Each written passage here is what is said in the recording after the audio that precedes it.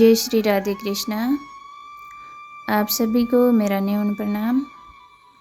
भगवान जाम्बुजी द्वारा बताई गई शब्दवाणी में आज हम शब्द नंबर 15 को जानेंगे।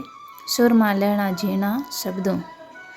सौभाराम सारण ने जब जाम्बुजी से वैदिक ज्ञान का रहस्य संबंधी शब्द सुना तो उन्होंने पुनः भगवान जाम्बुजी से निवेदन किया कि हे गुरु महाराज, आपकी बातें तो सही है,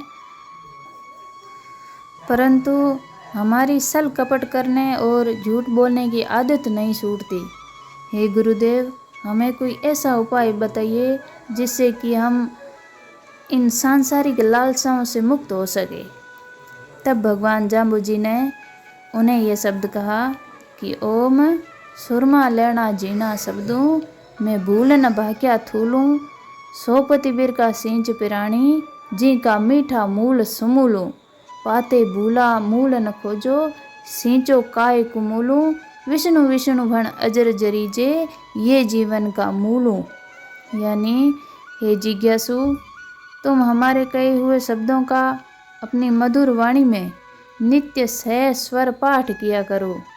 हमने अपने शब्दों में कभी भूल कर भी कोई स्थूल सांसारिक बात नहीं कही है।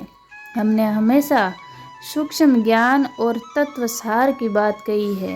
ये प्राणी, तुम उस वृक्ष को सींचो जो सबका स्वामी है, जो जड़ मूल से लेकर पूरा का पूरा मीठा है।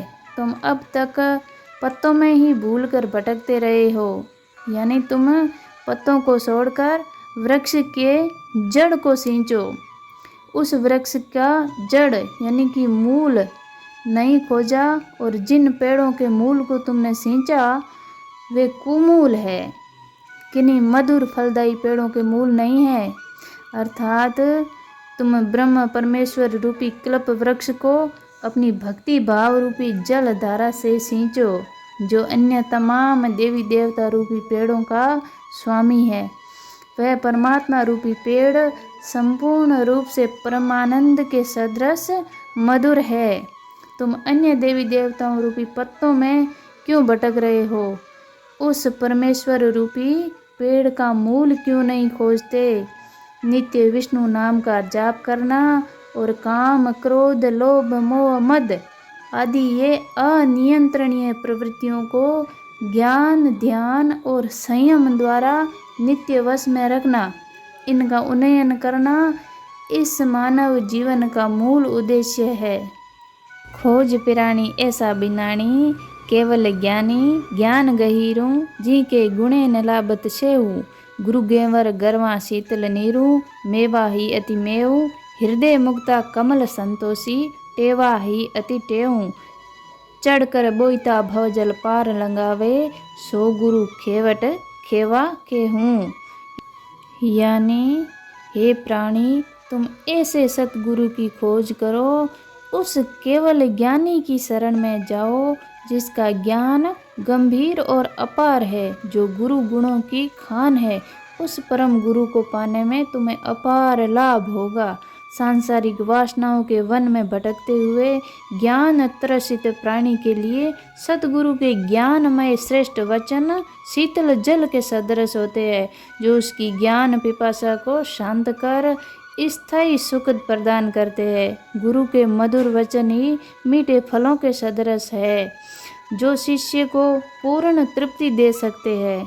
सतगुरु वह है जिसका हृदय मुक्त है, जो अत्यंत करुणावान है। वह पूर्णतः संतोषी और कमल पुष्प के समान इस संसार रूपी सरोवर में रहकर भी इच्छाओं एवं वासनाओं के जल से ऊपर रहते हैं।